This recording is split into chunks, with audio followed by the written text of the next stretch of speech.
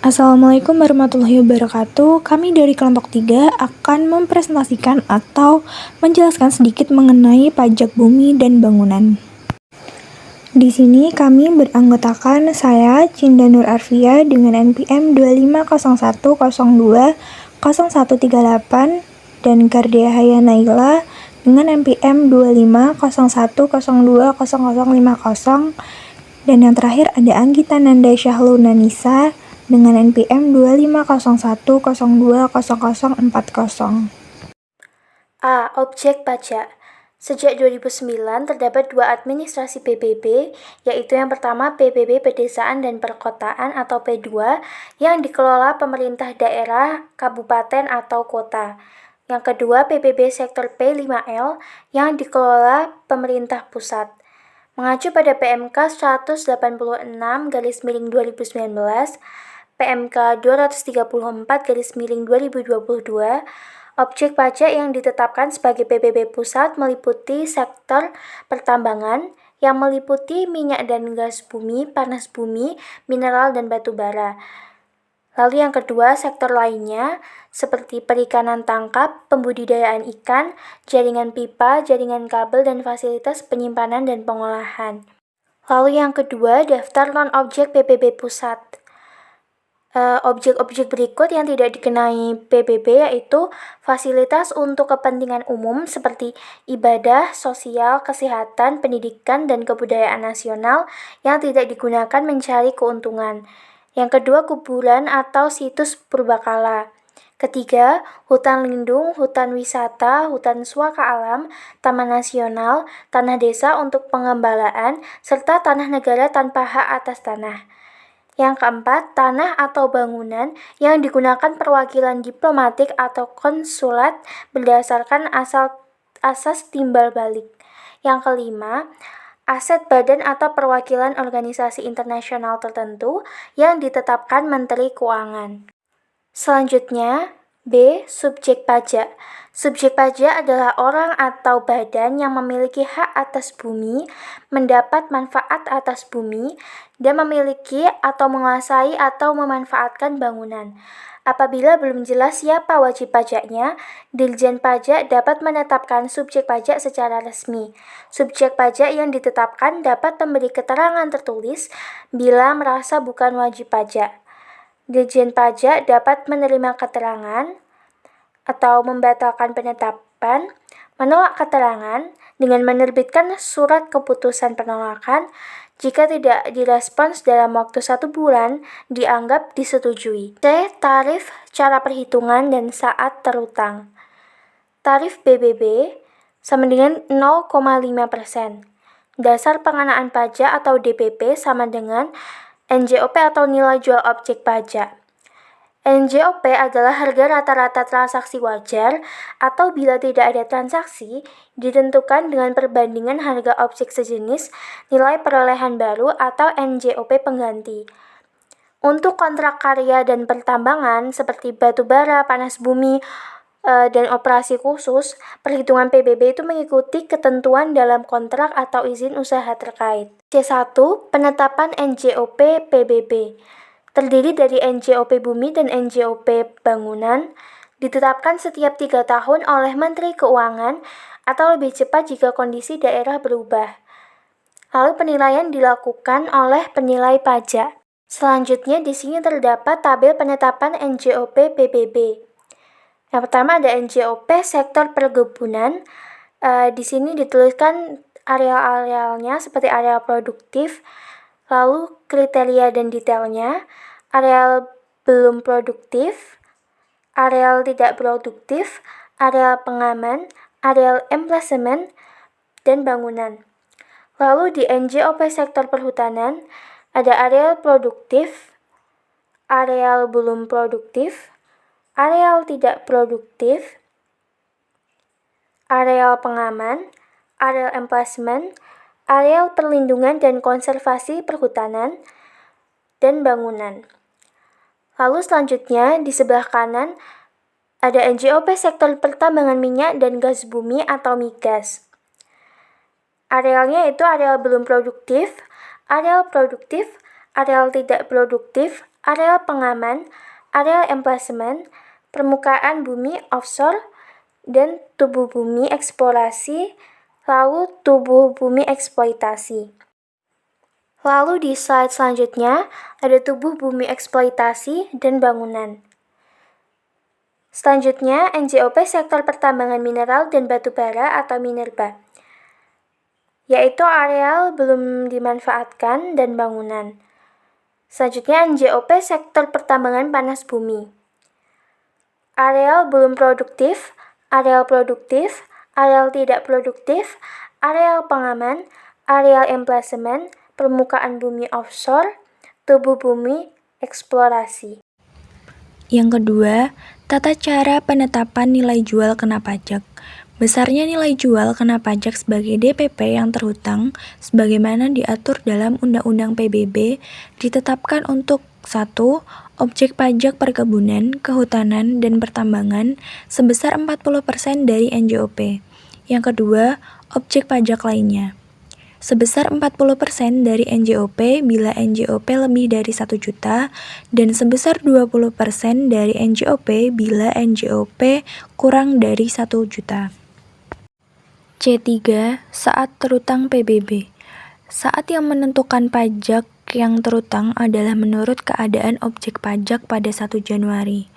Tempat pajak yang terutang yaitu untuk daerah Jakarta di wilayah daerah khusus Ibu Kota DKI Jakarta.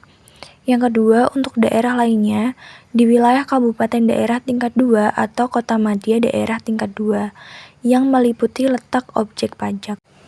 Selanjutnya, D. Tata cara administrasi pendaftaran PBB. Wajib pajak harus mendaftar PBB di KPP paling lambat 1 bulan sejak terpenuhinya syarat subjektif, yaitu saat terbitnya izin atau penugasan terkait objek pajak seperti HGU, izin perhutanan, KKS migas, panas bumi, minerba, atau izin perikanan. SKT yang diterbitkan melalui identitas objek pajak dan diajukan melalui Cortex dengan melampirkan dokumen objek pajak. Pendaftaran dilakukan secara elektronik melalui portal wajib pajak atau aplikasi DCP, dan bila tidak memungkinkan dapat dilakukan melalui pos, kurir, atau langsung ke KPP atau KP2KP sesuai ketentuan. D1. Penelitian administrasi. Setelah permohonan pendaftaran objek pajak PBB diajukan, Kepala KPP melakukan penelitian administratif untuk memeriksa kelengkapan dan kesesuaian persyaratan. Hasil penelitian menghasilkan surat keterangan terdaftar jika syarat terpenuhi dan surat penolakan jika syarat tidak terpenuhi. Keputusan harus diterbitkan maksimal 10 hari kerja sejak permohonan dinyatakan lengkap. Jika tidak ada keputusan sampai batas waktu tersebut, permohonan dianggap disetujui secara otomatis dan surat keterangan harus diterbitkan 1 hari kerja setelahnya. Surat disampaikan melalui akun wajib pajak, email terdaftar, atau layanan pos atau kurir. Selanjutnya, D2. Penerbitan surat keterangan terdaftar secara jabatan. Surat keterangan terdaftar objek pajak PBB juga dapat diterbitkan secara jabatan oleh Kepala KPP tanpa permohonan dari wajib pajak.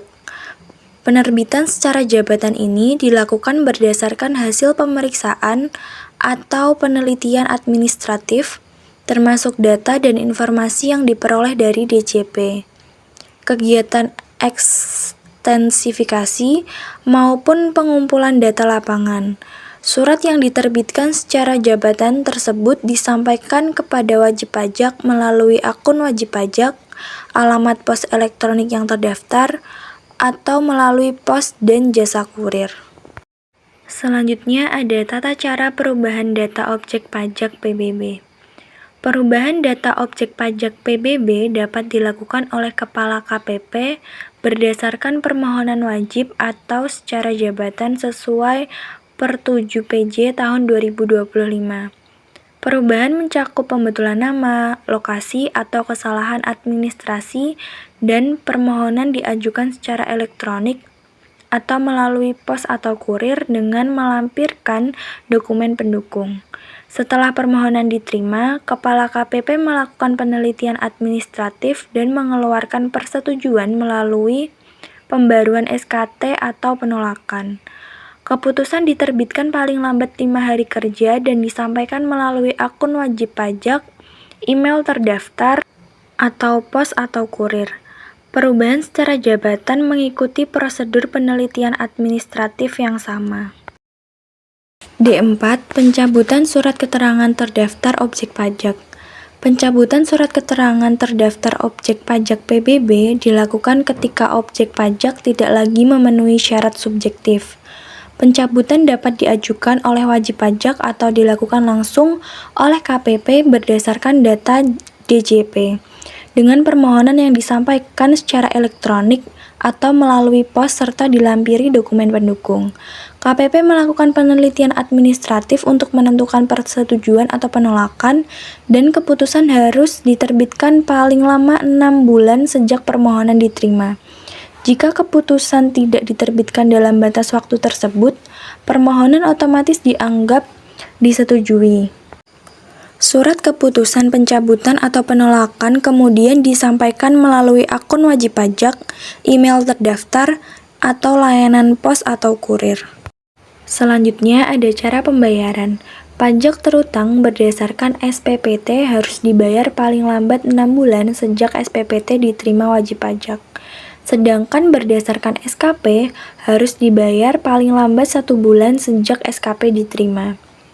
Jika pajak tidak dibayar, sampai jatuh tempo dikenakan denda administrasi 2% per bulan, maksimal 24 bulan.